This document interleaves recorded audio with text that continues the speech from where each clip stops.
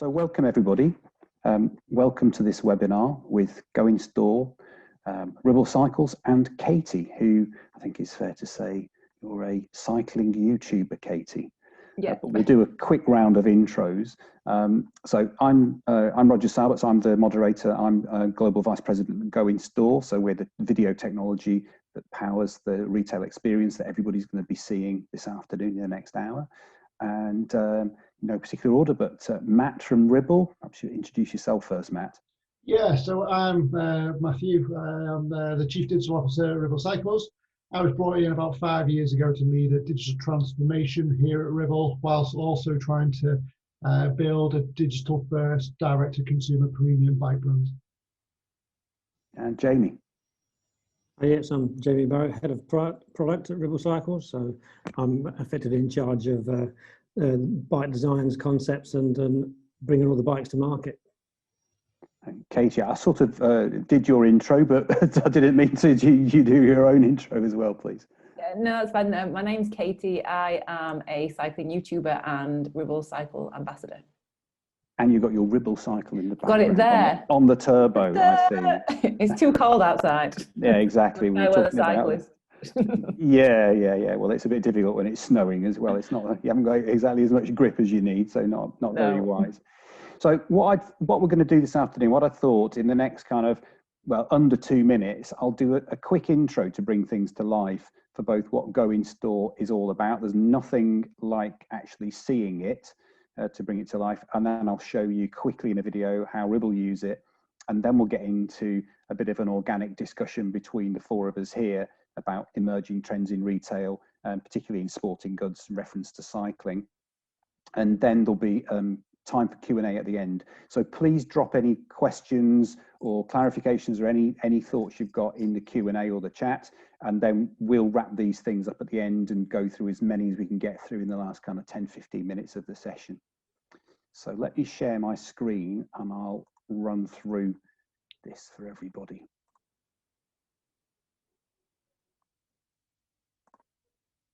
So hopefully everybody can see this.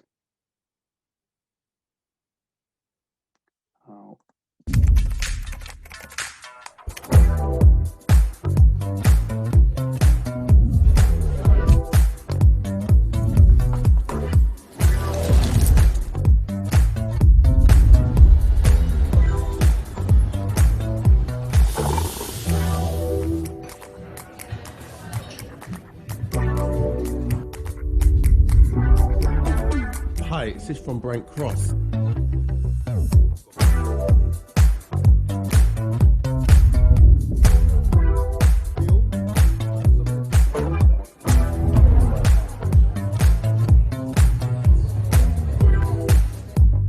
Should I add this to your basket?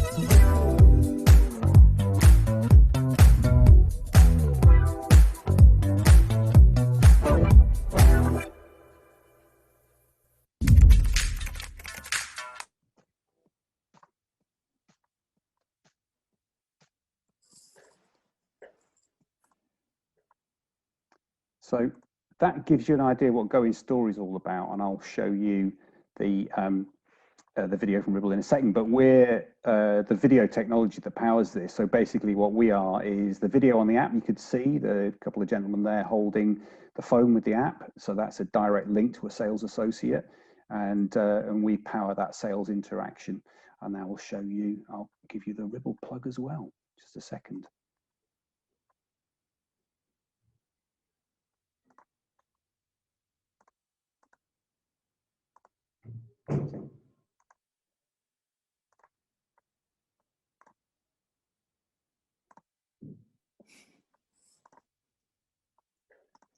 Hi, my name is Yaku, one of your Ribble Live in-store experts. We are now able to take your live video call to assist and answer your questions. Simply click on the icon at the bottom of the page and allow for your microphone so we can hear you. But don't worry, we won't be able to see you. We look forward to taking your call.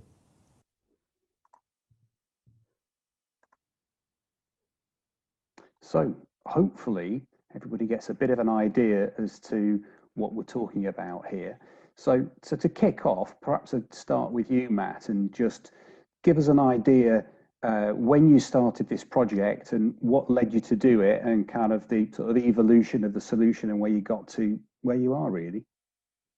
Yeah, so this is going back way back when, before times where we were forced to stay at home. We were looking at our business and looking, from my perspective, we are a digital first business.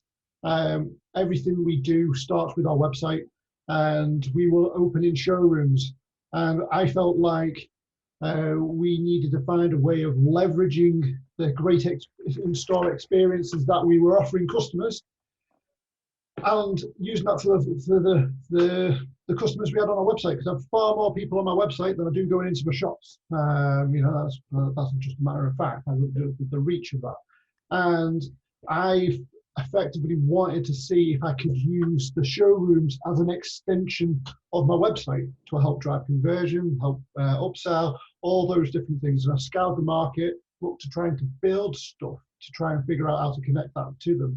And we saw that there was an opportunity with this technology to do just that, which was effectively to connect our customers sat at home to the showrooms, but within the kind of the web experience. And it was very much something we felt was, it was definitely industry leading. Nobody else was doing it in our sector. We had no idea what the uptake was going to be, but thought intuitively it felt like the right thing to do, because ultimately we want to try and treat, allow every shopper to shop how we would want to treat them, and being able to connect directly with our in-store, our experts, to answer their questions, and to also to look around the product, to try and bridge that gap of not having to go into a store or not being able to get to a store, because we've only got a handful of stores. And that again was another lens to look at it. It certainly was a punt at the time, but really excited with where it's got to now. And Jamie, from your point of view as the product guy, I mean, did you have any involvement in this, or what was your involvement in looking at how things are presented and the customer interaction? Did you have a say in this, or an involvement in the processes that were going on? Not so much on the go in store side of things, but obviously the first team within the inside of Ribble to operate go in store are our showroom sales guys, to which obviously I do have a very close contact, because obviously they need to understand the product that they're selling. Those guys they're bike riders first and foremost. They're not just salesmen. They love passion for bikes. They know a lot about bikes. I can teach them all about the new product that we've got, but to be honest, apart from any kind of fine details on maybe for instance on a carbon bike, on the carbon layup for instance, and some fine technical details, they are the experts. They know what they're doing, and effectively they are just bringing the in-store experience to a digital one. And Katie, just to come to you, I mean, you're obviously a cyclist, a keen cyclist yourself, and do a lot of blogs and videos and what have you on YouTube. I'm just wondering, I can see your Ribble bike in the background there, which is excellent. Just wondering, from your perspective as both a cycling enthusiast, a consumer, and an influencer, what you think of this, and what you think of the way the retail market's going, particularly into the cycling and the sporting goods. I think it makes it a lot more personable. I think sometimes you can be looking at a product on a website and you just need someone to kind of tell you, oh yeah, that would be the right size. Especially when you're buying something like a bike online, you want to make sure that the thing that you're buying is the right thing for you. So I think it takes a lot of the guesswork out of it. Yeah. So when you have got someone on hand that you can speak to and have a one-to-one chat with, rather than necessarily emailing or just calling, I think that makes it a lot more personable. I think that's the whole kind of brand about Ribble, is that it is a personable company, that they are, we are bike people the same as customers are. We're as passionate about cycling as customers are. So I think it really helps bridge that gap. Yeah, definitely. Yeah, absolutely. I just want to add on to that is very much, so based off what you were just saying there is, because we went into this not knowing what people were going to ask. Because no one's done it before, we were going to open up the floodgates. Was it all going to be customer service? Was it going to be sales questions? We never knew. But what we did find was that a lot of the conversations are quite short, are very much, I've got these final few questions, can you get me over the line type questions, like Katie pointed out, like that size, and between sizes, should I go for medium or should I go for small? And the guys can just enrich that journey, add a bit more to that journey, and they come away with the confidence to convert. And it's those little building blocks. Obviously, we still have some calls that go on for 20, 30 minutes, and they build a rapport with the sales agents. And you see like Yaku, who you saw on that video, he gets referenced all the time by first name, because they're able to have that conversation with the customer. But like I said, we didn't know what those questions were going to be, but you'd be surprised how precise and how detailed they could be. And that's why you need to have like the team to support it, and get your experts to be the experts to help them get over the line. Because if they weren't there, they'll either go onto Google and search it somewhere else, and then they may find themselves on a different website. Yeah, exactly. That's the point, isn't it? Just by luck or bad luck, and get to the wrong bike manufacturer, or get the wrong product, or you just lose that customer. And how did your in-store bike experts take to using this? So obviously, we were lucky that we had Yaku, as you saw in that video. He's the most, he loves it. This guy in the world, has ultimately embraced it. He's the ambassador. He's the poster child of the. That's great. But then the thing is that we've had to drastically increase the size of the team. And this has been fantastic for us. It's a high class problem to have, is to try and find and upskill that team, and also to increase that size of that team. To meet the demand. And what it is just finding people who are comfortable about the product. What Jamie was saying before, these guys and girls absolutely love cycling, and they find a passion for our product. Our product's great, so it's easy for them to talk about it. And the types of conversations that people are having, they're talking about their hobby, so it's an enjoyable conversation. And therefore, getting those people comfortable in front of the camera just came very quickly, because they know that they are there to show the product. They're not entertainers. They are just talking about the things that they know the best. And did you have other channels before? I mean, what digital channels apart from the website? Obviously, were you using live chat or something like this before? So we had our main normal contact methods: phone, email, live chat was there. Live chat kind of came very similar time to Go in Store from the video perspective, because we just want to really increase that uptake. We were very conscious about where we display the service, because we want to make sure that the service is used what it's meant to be, which is a sales driving tool, and that has helped shape the types of contacts that we get. But it's all about being in the funnel at the right places on the right pages. So additional to that was to come into one of our, or go to the physical showrooms. So they are the main ways of contacting us. And Katie, just to come to you as rather like me, as a part, as well as running Go in Store, I buy a lot of cycling equipment, so I go to lots of different websites, Ribble included. But I'm just wondering what your experiences are of going to different commerce sites, and your view of it and your experience. It'd just be good to get your opinions. I think it can be quite overwhelming, because obviously especially I think the main issue is the sizing and getting the right fit. And I think so many different brands have so many different sizes and obviously different geometries of bikes. And it is quite overwhelming. And I think to have that contact, to be able to talk to someone and say, this is what I want to ride for. Because the thing is, a lot of people can just go onto a website, pick a bike because they like the colour of it, get it back and be like, oh, this is way too aggressive for the type of riding I want to do.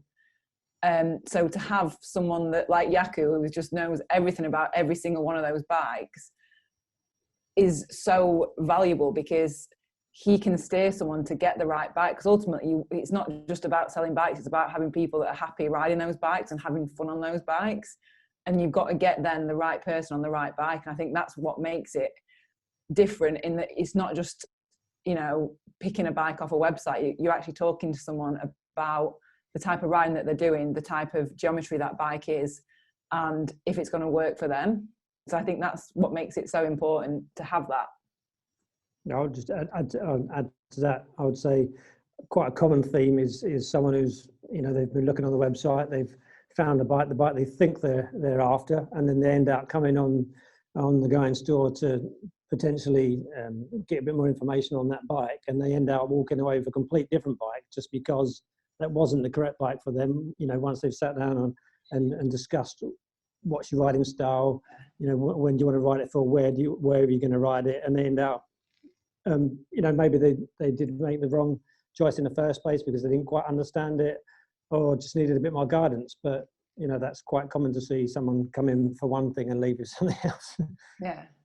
So that's really interesting, because that's very much a consultative sell, isn't it? Rather than just let me explain about the bells and whistles and technicalities and spec of a bike. It's actually talking about the person behind it, which is really interesting. And it's not necessarily always saying, oh, well, you want the top spec bike. You know, this is like, you want everything, you want, you know, the most expensive. It's not necessarily about that. It's always about getting the bike to fit the person and how they're going to ride it, because that's what Ribble are about, is getting people to enjoy the bike that they're riding. Whether that's the top spec or whether that's the entry level, like it depends on the person.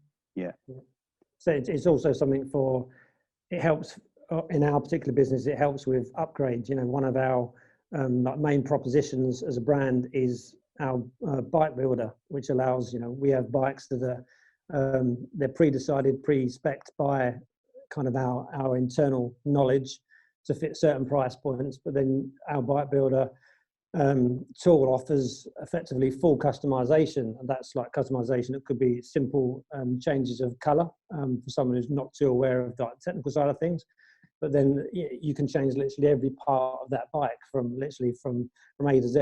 Every single part is interchangeable. Some people, you know, it's like working on a car builder. There are certain things that are simple. You know, you add your alloy rims, you add your color, your metallic paint, and your interior that you know about. But then you get into other parts, engine, etc., where you don't really know what you're talking about, and I'll leave that alone. I'll just go for the default.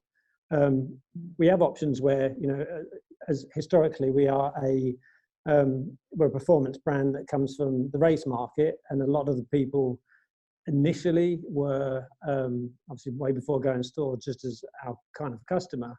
They would use Bike Builder because they understood the product, they knew what they were choosing, and at the same time, obviously, you have got people that perhaps would like to make some upgrades, but don't really know what they're doing. This has been a really good tool for that.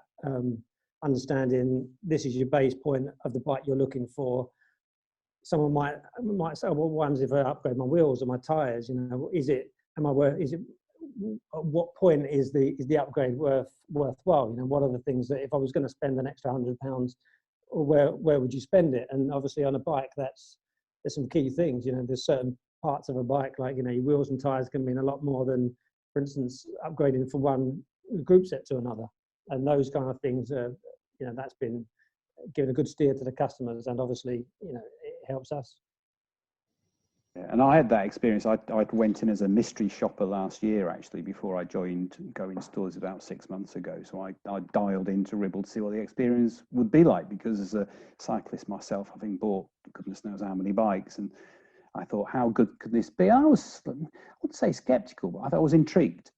and it came across everything that you guys said, and Katie as well. It was about, you know, the quality of the advice and the enthusiasm and the knowledge and the guidance you got, you know, starting out with what sort of cyclist you are and what sort of budget are you looking at, and, you know, how are you going to use it and what do you do, were the starting points before getting into showing you the color of the paint and whether it got carbon wheels or not.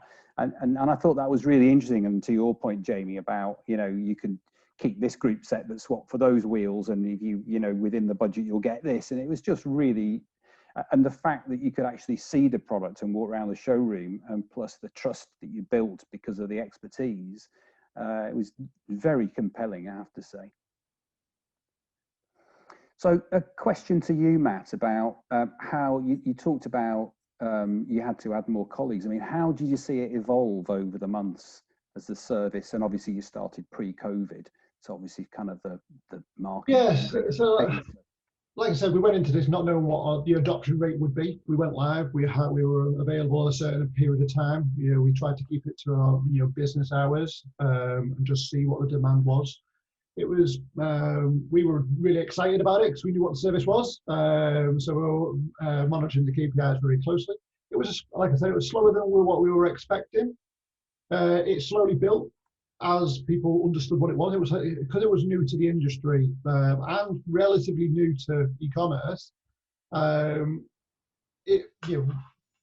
People didn't know how to expect it. People didn't, you know, what they were. Oh, am I going to get seen? So we had to, you know, tweak and change to be able to get that. But it grew, and we were looking at increasing our opening times because we saw that we wanted to match the demand that's on the website. Not just because I work at that time, doesn't mean that's when the customers want to shop. So we increased our hours. We also increased the hours to try and target international audiences, so that our friends in the US were able to benefit from the service. But like when we were going through this, it was going really well, fantastically well, and then the lockdown hit us.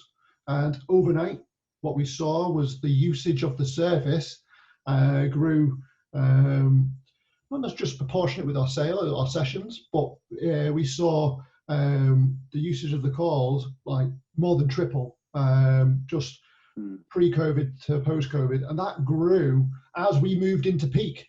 So it was like perfect storm, like a good one, and that was we were topping out at like nearly 7 times what the volumes we were expecting during that period. And that's where we were having to look at our resources, looking at the people to bring them in, bringing people off because we were closing our showrooms, but we were keeping the staff there because ultimately we weren't going to furlough them because we got a demand for our customers contacting us. So we just changed what they were doing, and that volume and that adoption has stuck from what we can see. Even when lockdown was starting to be reduced, you know, the service was still being used. It's the same level. Satisfaction in the service from our customers is high every single day. We don't really have any sort of negativity going through that service.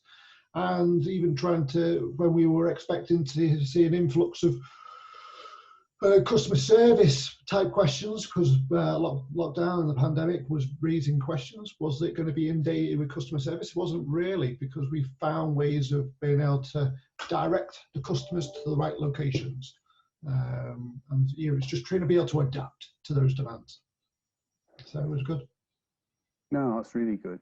I mean, it's great to hear that people were brought back off furlough, and it's a good story, particularly in the difficult times that we've all been going through. You know, it's great to hear.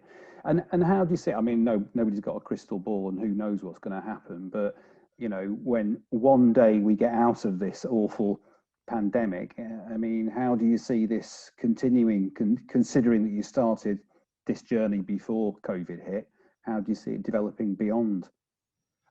So we've got big plans to take it forward. Like when we say about being digital first, the service that we offer is all part of that. As we launch and roll out new showrooms, this will be a primary consideration, even before considering the people who are going to walk through the door. will we be able to have the functionality in the service to offer an outstanding digital service? We are truly an omni-channel business, and that's where we look to try and leverage our technology to make it just better in all shapes and sizes, and being able to use this like the Go In-Store service to help complement that underpins the success of that store and our business and how we talk to our customers with our brands, because that's ultimately what we're trying to build. We're not here to sell. Yes, we are here to sell bikes, but our primary purpose is to build a brand, because that's the thing what's going to outlive that single purchase. It's multi-purchase. That's why, you know, what Katie was saying about getting the right bike is important. But the one thing I do know is the KPI, the adoption is high, you know, higher than what we would want it to be, what we thought it was going to be right now. That is a trend that's going to continue. What we've seen with from my opinion, from the pandemic, is an acceleration of a behavior that was going to happen anyway. Yeah. And it's just helped us get there faster. People have very little time. You know, the thing that people are pouring is time. And if we can speed up that process of being able to allow customers to shop at ease at home, then it's the right thing to do. And the KPIs that we see and what we measure, you know, from using services like this, does it drive bigger baskets? Yes, it does.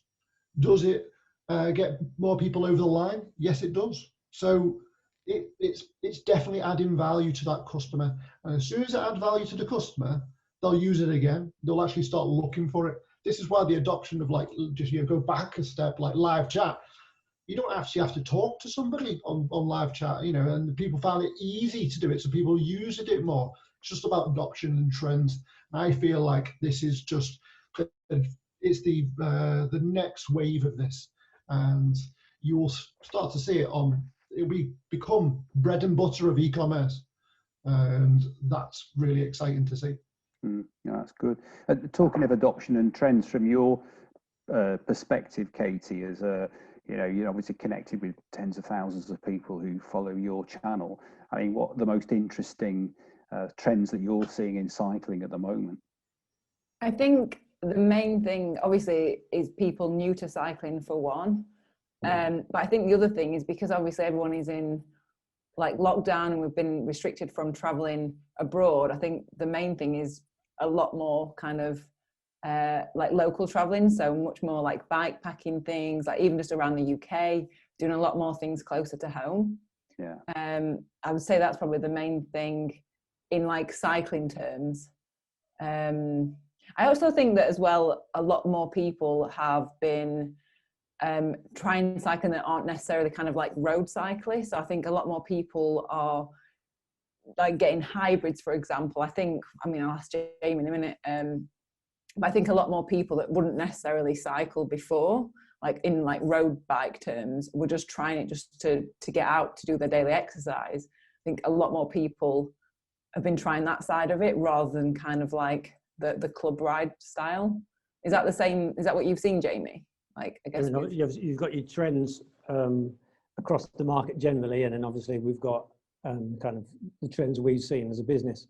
You know, the two biggest trends by far at the moment are gravel and e-bikes. And both both interesting subjects. Obviously, e-bikes kind of, you know, they started more on the mountain bike scene. They're not a new thing. They've been around for a while. I think the UK was probably one of the slowest to market. You know, our kind of Northern European countries were obviously faster market. And I think maybe it was because there's kind of an unusual way of looking at it over here. We don't have so many people who are kind of using bikes as a form of transportation. So the people who are riding bikes were riding for fitness and saw no need for an e-bike. And even when we first started selling e-bikes, the whole marketing strategy was so difficult, because at the time it was, well, no one's really using them in the UK. The general consensus was, oh, it's cheating. And now it's just like, it's a bike. There's literally, there's no, kind of like 15 months, 16 months, the difference of opinion it's changed in such an amazing way. And similar on the gravel. The gravel, when it first came out, it started in the States purely of the back of the fact that, you know, they've got, you know, hundreds if not thousands of miles of non-paved roads, and it kind of, so it became a trend. Obviously, when you brought that over to the UK, we didn't really have the that kind of infrastructure. It's either road or off-road, so it did take its time to pick up. But you know, now both of those trends are seriously booming. I mean, outside of that, us as a business, obviously those are definitely our two biggest growing categories at the moment. But we've seen, and it's definitely started through COVID, is just general bikes, urban bikes, city bikes. So without, as I said earlier, with our background as kind of premium high-end race bikes, that was generally our customer. Whereas, you know, our customer basis wasn't really for a flat handlebards urban bike yet.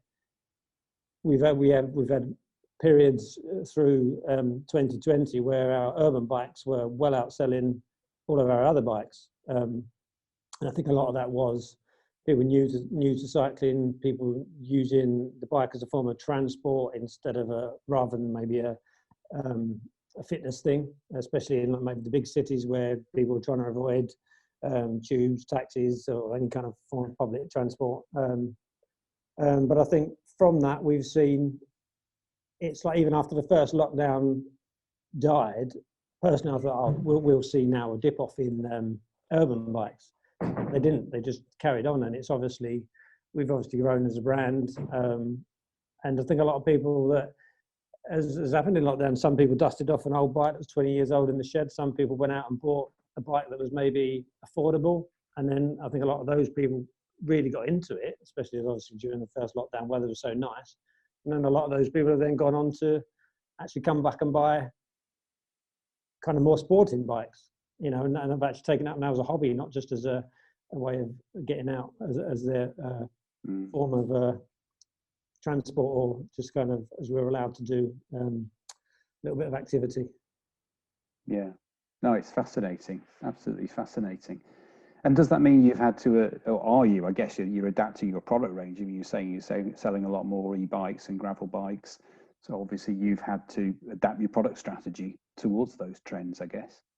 Yeah, I mean, fortunately, well, I mean, one of the key parts of my job is kind of, it's trying to be ahead of trends and definitely not kind of late to the party, should we say. Yeah. We had already identified these trends, I think, ahead of time, and we were lucky enough that we were ready. Obviously, you know, we've got obviously a very broad range at the moment. It does cover pretty much every sector, but obviously being ahead of that does help.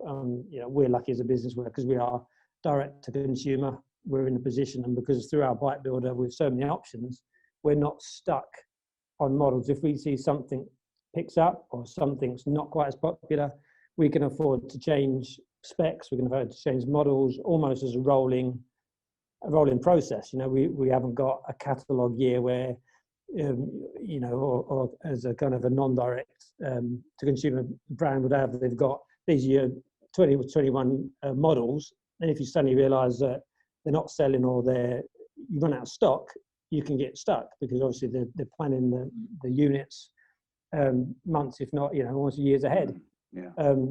We've managed to adapt to that because we build everything hand built, one bike to one mechanic in the UK. We've been able to move to that. You know, anything that we've wanted to push, we've managed to push. Anything that's been selling, we've managed to kind of make sure we're there at the forefront. Yeah, interesting. So I was just thinking about some of the questions. The Q&A's building up, so let me just dip into some of the questions and see what's coming up here. So if I'll start from the top. Let's see. Question for you, Katie. What's the coldest temperature you've ever cycled in outside? Not very cold, because if it's icy, there's not a chance. Probably, I don't know, maybe like around 0. I went out a couple of years ago before I had Zwift or a turbo trainer and hit some black ice. And I was like, never again. This is never happening again. I'm never going out in it again. So yeah, probably not that cold. Actually, no, I did. I was in America, actually. I think that was I think that got to -6 in the mountains. That was, my eyeballs felt like they were frozen forward. Like it was, Probably were. honestly, that was pretty bad. That was about -6. That was cold, but we were climbing, so it wasn't too bad. But yeah, that was one. Yeah. I'll trump you there. Wind chill of -20 in Czech Republic.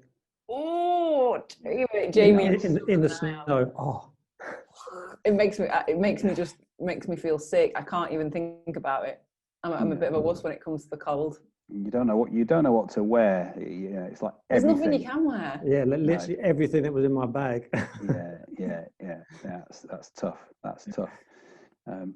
So some other questions coming up here for everybody. How do you handle, obviously for Ribble, how do you handle cross-border language challenges if you're selling abroad outside of the UK? I guess not in America, so probably. Yes, so I'll answer this one. So obviously it's easier, and that's one of the reasons why we said about opening the hours up, so it can invite the people in the US, Canada, English-speaking territories are the easiest to invite in. We do offer the service on our German website as well, but we do say that it will be a service offered in English. This is something we are looking at based off demand. But that said, by even just saying that, we still get plenty of them speaking in English to us to get those questions answered.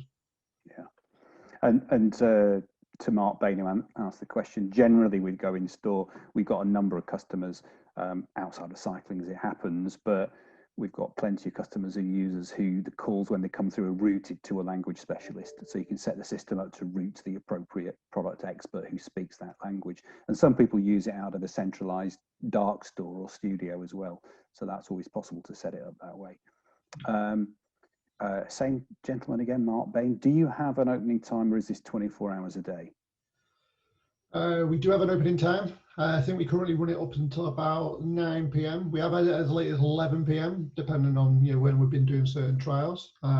We have talked about doing a full 24-hour service, but again, we look at it's all driven by availability and requests, because ultimately, because it's a digital service, you got loads of data, and you get to see all your kind of missed opportunities of when people are on, people who are requesting it when it's not there. We're just adapting to the demand. We don't miss many opportunities based off the times that we've got available at the moment. It just all boils down to, will you have the demand to shoulder the questions, because you're going to have the staff there to service it. But it is something we have thought about. We thought about it after the first week, because ultimately, go big or go home. You need to think where will it end when you start to try and push the limits of what you're trying to deliver. Yeah. And again, Go Instore answer to this is we do have customers like Currys Dixons who started off quite modestly a year ago with 12 sales associates using the system just during shop hours. They've now got 2,500 sales associates 24/7 because they followed the data. So we provide that data to Ribble and our other customers, so you can see where the missed opportunities are. So, we've got plenty of customers who do that. So it's entirely up to you, and it's customizable as to, when your customers are coming in to use the service. I'm not sure I understand the next question. It says, what percentage of the calls are customization versus bike sales?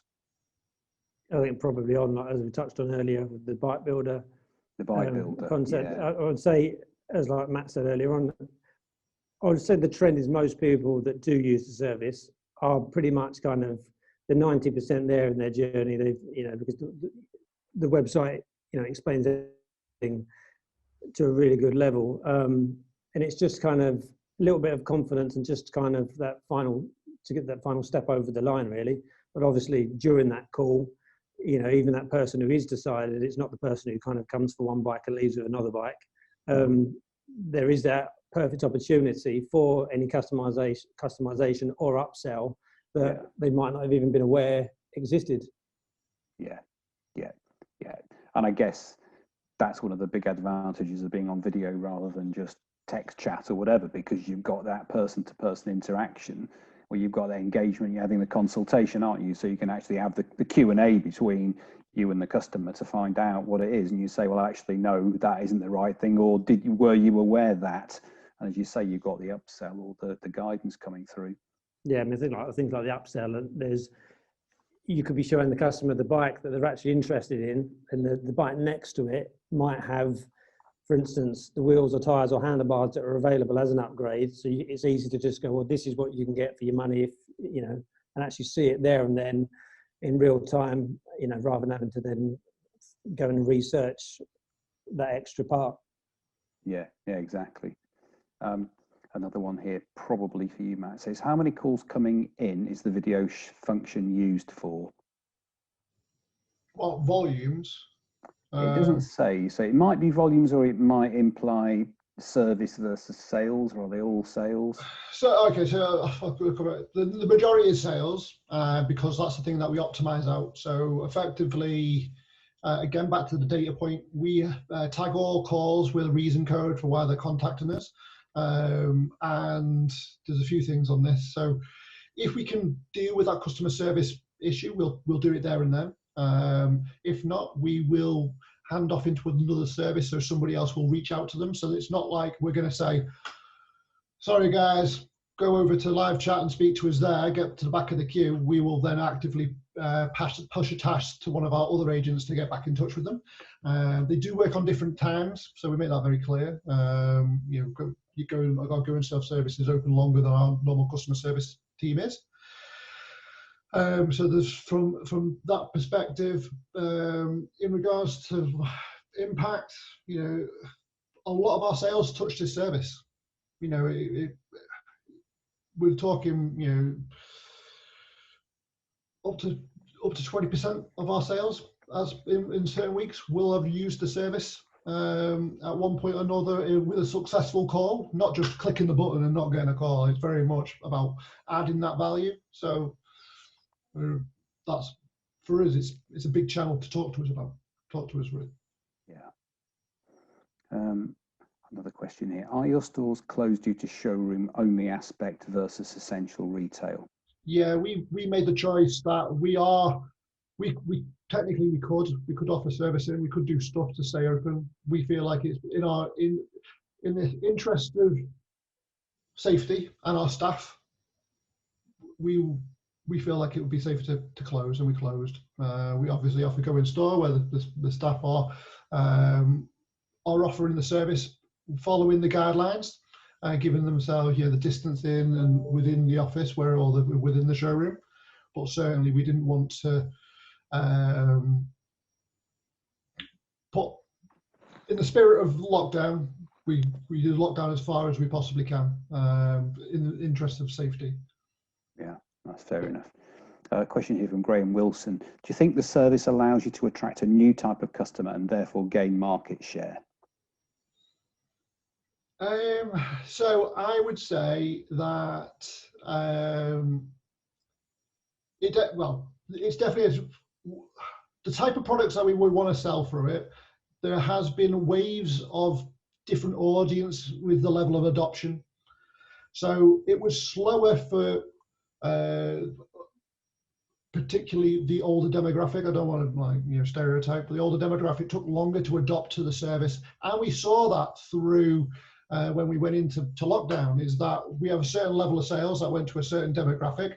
There was a switch. We had an insert, like a surge of younger audience, but there wasn't the surge of the older audience. That slowly followed. It had a lag. And the thing is, these are the people who will want to go into a physical retail store. And when the drive time is over 90 minutes, it's going to be challenging for them to go all that way when we do have shops open. So what I would say is it definitely drives share without having to put the showroom infrastructure in place. So I don't know if that answers the question, but very much it's a matrix of different adoptions of people. But certainly it does make the world smaller when wanting to talk to somebody at Ribble, and that surely will be taking share from other people. Yeah, so the geographical reach, there's no barrier. Somebody doesn't have to drive to a showroom anymore. Yep. They can just click on the link, and wherever they are, they can talk to an expert. Yeah. A question for you, Katie. So do you think there are limitations to this, or, where would you use this service outside of just bikes within the cycling and sporting goods area? Where would I use the service? Outside? Yeah, where would you see people using it? I think you were talking about before. I think it could be used pretty much in a lot of different businesses, couldn't it? I think having that quick, because that's the thing, I'm looking at getting a new computer and I'm just like, there's no way, I don't really understand what I'm talking about on the spec, but if I could actually have a conversation with someone over the phone, because how else do you do it otherwise? You're just looking at specs on a computer screen. I don't understand that stuff. Yeah. So if I've got someone that I could speak to, like the equivalent of Yaku, saying actually what you're going to be using it for, well, I'm editing videos, I'll be streaming some videos as well, like what spec is the best thing for me, rather than me just guessing. I think that would be really helpful to have for me in any kind of buying scenario, especially buying a computer that is an expensive thing. I think for purchases that are expensive and that aren't just kind of on a whim, that's where I want the reassurance of, yes, this is the right product, because you don't want to regret spending £1,000, £1,500 on a computer that's not the right one for you. So I think that's a huge section of it. So any considered purchase, in other words, where you need some face-to-face advice and you get that reassurance, which is kind of what Jamie was talking about earlier on. It's that talking to a person that will give you that reassurance. They know what they're talking about. Yeah. And filling in your knowledge gaps as well. Exactly, because it might be that, yes, you've done your research on it and you, like Jamie was saying again, like you're 90% there, like I've got an idea, but it's just saying, is this definitely the right thing for me? And sometimes it can just be a couple of minutes conversation rather than it being, but that is what's putting me off currently with the computer that I'm looking at, because I'm like, I can't actually chat to anyone. Yeah, go to Shop Live, Curry's Dixon's. Yeah. No, I didn't. Do you know what? I didn't even realise when you'd mentioned that. I was like, oh. Then when you said, I was like, yeah, that is what I've been looking at this week. So yeah, potentially. Or HP as well. HP use it. So anyway, I'll stop plugging. So next question is Stephen Holt. What percentage of web visits would you expect to result in a request for a live video call? Not worked that out. Let me think about it. From our sessions, relatively speaking, it's relatively low. You're talking single-digit percentages of the people who try and go into making a call. That said, we have high traffic, low conversion type business because it is such a considered purchase. Our bikes are premium bikes, so they have premium prices. And therefore they are got a considered purchase to it. So, but that said, single digits of your sessions will dictate your number of calls potentially. Yeah. Depending on how well you communicate it, depending on how available you are, how you market it. We went big. We communicated a lot when we launched. It was on all channels. We have separate marketing campaigns that support it. We remind people that the service is there in every email, that we send out, and have solars that kind of push the service to remind people that it's there. So we're pretty full fat when it comes to telling our customers about the service. That makes a huge difference. I reckon, when you put it live, we like I said, we put it live as a proof of concept at the start, and the adoption was a lot lower than what we thought it could be. But we haven't told anybody about it, so what do you expect? Psychic marketing. Yeah, psychic marketing. Tends not to work. Yeah. And to put a bit of flesh on the bones from a Go Instore perspective, because obviously we've got hundreds of customers using this, tens of thousands of transactions every day. We see the same sort of thing. I mean, generally across all categories, sporting goods, jewelry, consumer electronics, we see kind of single digits. But again, it depends exactly what you said, Matt. It depends where they put the call to action, click a video button. If it's front and center and it's on the product and category pages and it's marketed and it's visible, then those rates go up. Once people are engaged though, the conversion rates tend to be very high once they're on a call. That's for sure.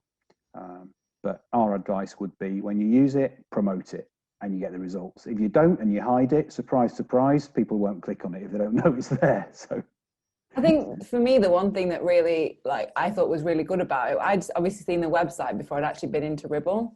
But then when I realized it, Yaku on the image, the logo to click on is actually one of the people that you speak to. I was like, Yeah. because generally that's not always the case, is it? When you know, you've done that, and it's like, actually you're speaking to the person that is there that's saying, actually, you can chat to me.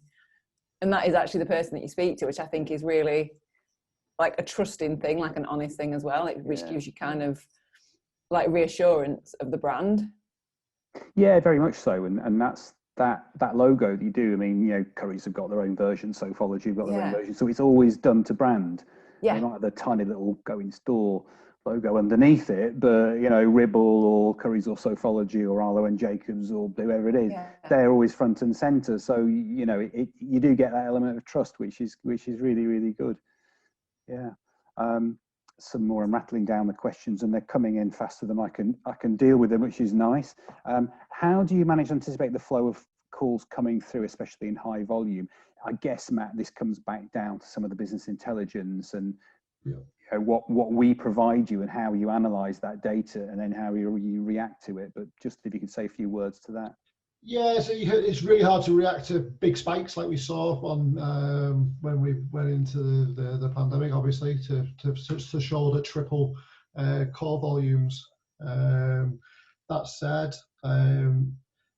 you get, once you've got the data and you start getting a trend, you start predicting, particularly around availability and where your agents need to be there, because your busy times are different throughout the day. Looking at your profile, and you look at the opportunities missed. These type of conversations we have with our internally, as well as our Go In Store team.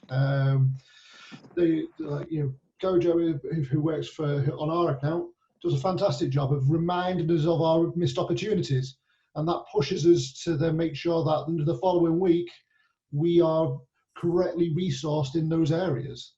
It truly is understanding the data to be able to predict the trends, and you should really have a feel for your own seasonality and your own sessions data. That overlaid with the run rate should be able to predict the demand. And it usually is linked to so I would strongly advise, if you ever look at it, don't just look at your session time, look at your conversions time. When are people actually making the purchases, linked with when this volume of sessions are? Those two things cross over, which will drive you when you need to have the most people on your Go In Store to shoulder it. It's not just about sessions. Interesting. There's a question here. So do you track the number of people who've used the service who have also visited the store? Yes, we do. It's obviously a lower percentage. People do touch on multiple points, but it is very much of a considered purchase. It's all part of our single view of the customer, all touch points to attract, so that we can understand the value of the stores, the value of the service. Just because they've gone through the Go In Store doesn't mean that they aren't going to go into one of the showrooms. Sometimes they even get invited in if they're close enough, because when we were open, obviously. So yeah, there is multiple channels. Yeah, and there's quite a far-reaching question that we won't be able to cover in detail now from Michael Cranwell. It says, can we talk more about technology required, cost, infrastructure and logistical requirements, training, etc.? This is a SaaS solution, Michael, so you don't have to provide any server infrastructure or IT infrastructure. At the sales associate end, it's just a mobile phone. You download the app from Go In Store, and then training we provide. It's typically an hour to 90 minutes from our training people. And it's simply a piece of JavaScript on your website injected through tag management. So it's very, very light from an infrastructure, and there's no real IT involvement. Anything to add to that, Michael? Sorry, Matt. Yes, so from an integration point of view, I implemented it on my website. We were up and running within 2 hours, I would say, from my perspective. There was obviously configuration down from setting up the account from a Go In Store perspective. I would say you would want to add to the phone like gimbals, you know, Yeah. so that you get a smoother service. Yeah, or we use one of these little things, little tripod. You put your phone in the tripod, so you put it down. You can, The thing is that you were able to put it into effectively a testing or like pre-live type setup, so that you can make sure that, of course, your agents, they get used to it. But again, confidence in the person in front of the camera and the people in the store. If you are using your staff that are already in the shop, those guys already speak to customers every single day. All we're doing is changing that dynamic to come through a video rather than through face-to-face. And that confidence, once they get through the understanding that they're looking at a lens rather than looking at a face, it means that adoption becomes fairly straightforward, fairly quickly. That said, setup, configuration, straightforward. Just have a lot of charging cables. That's all I would say. Yeah, for your mobiles. Good point. Good point. Good point. Yeah. And you've got to have either reasonable Wi-Fi, I think it's 4 megabits upload, or 4G in your store, obviously. If you want to get technical, we dedicated a certain tunnel so that it doesn't get interference with our, we've got a showroom on our office, so we tunnel a certain part of our bandwidth dedicated to Go Instore, so that service never gets impacted by Jamie downloading mega res pictures of bikes. Watching the Tour de France streaming live.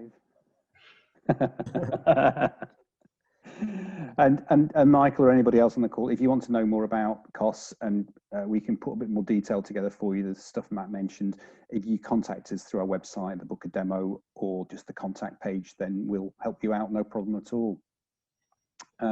Quick question here, which channels give the best conversion, phone sales, video, or in-store? It's close between Go Instore and in-store. To put it into context, did the maths.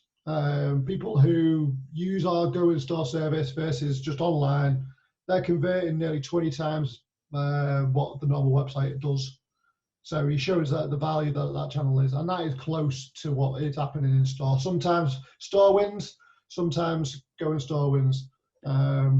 Again, we talk about it every single day, and we treat Go Instore as if it's a store when we have our league tables and when we do our trading.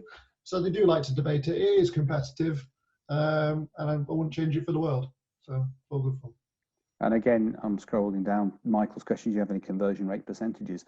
You've probably got your answer right there. Very similar to a store.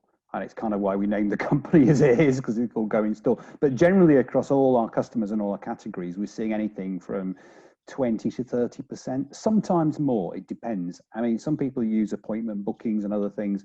We're seeing north of 60, 70% conversion rates. But an average would be 20 to 30%, I would say, generally speaking. Is that the kind of chime with what you see, Matt? It's all relative to the industry that you're in, but yeah. Exactly, that's what I mean, across all industries, yeah. I think you've answered this one already. You do use live chat, you mentioned that. So what was the buy-in like with your staff? We already use live chat, but not all are comfortable with it. How quickly did your staff buy into the solution?